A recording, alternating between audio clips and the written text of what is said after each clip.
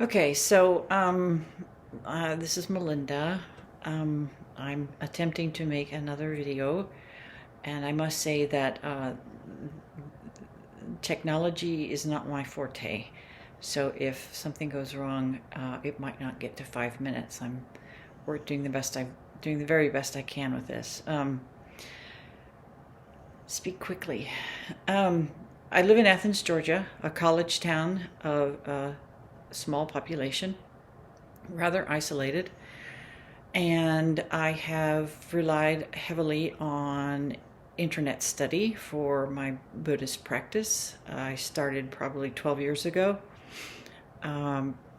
with Theravadan tradition because I've always liked studying texts, and so I started with Gil Fronsdal, studying the Majjhima Nikaya, which is one of the 5 books of the Pali Canon, and it's considered sort of I think, a monastic primer.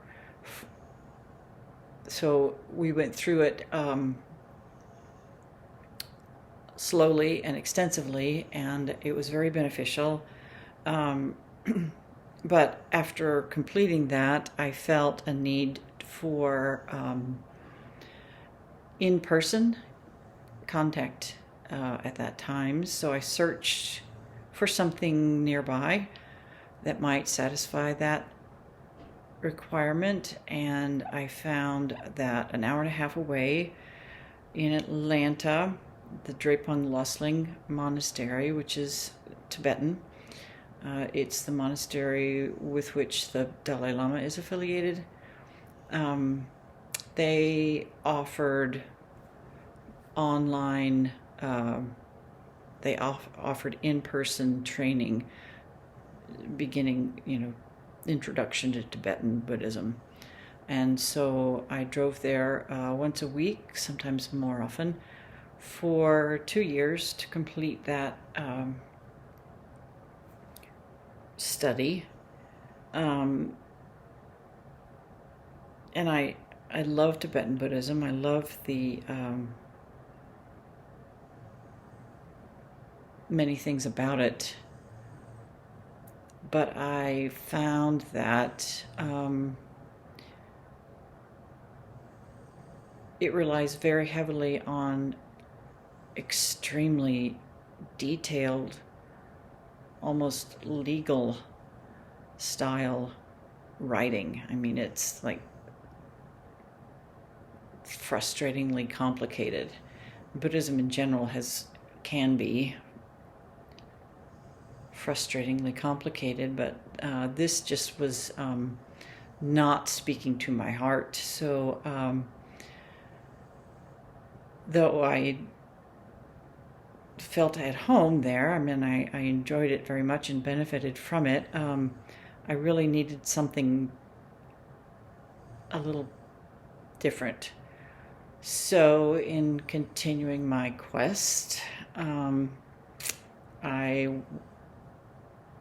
signed up for courses again online in the Barry program in Massachusetts with Joseph Goldstein. And I took courses there for some time on the Abhidharma, on various themes in Buddhism, and again benefited tremendously from it. It's a great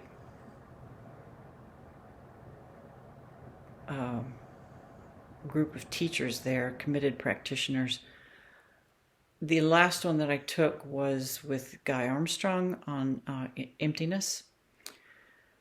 And I knew that emptiness was something that I wanted to understand better. I say that with a smile because having completed the Diamond Sutra, I think that understanding is no longer my aim, but just further inquiry into emptiness. So again, I went back online, and I think I was also had taken courses with wisdom, the publisher.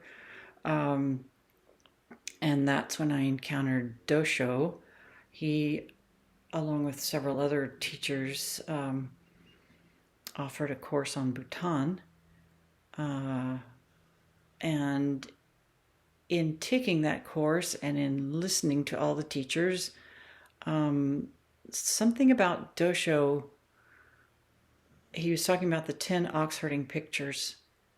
And I'd never encountered anything about Zen. I'd never heard of the 10 ox herding pictures.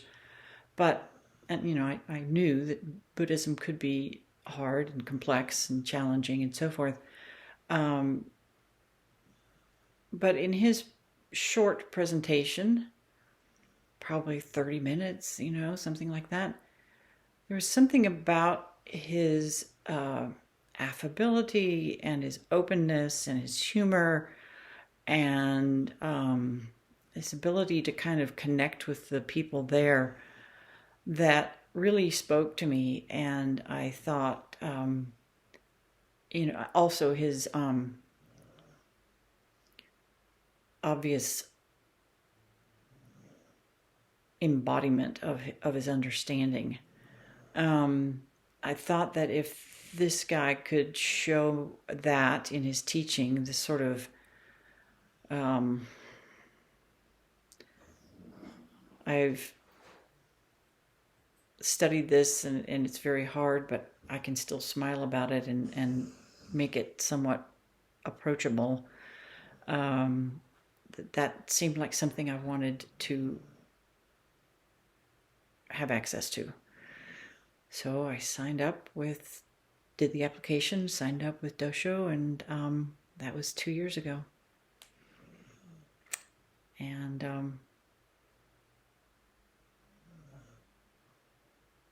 I remember one point Robert Thurman saying something, and one of the many things I listened to him say was like, I don't think anybody understands Zen.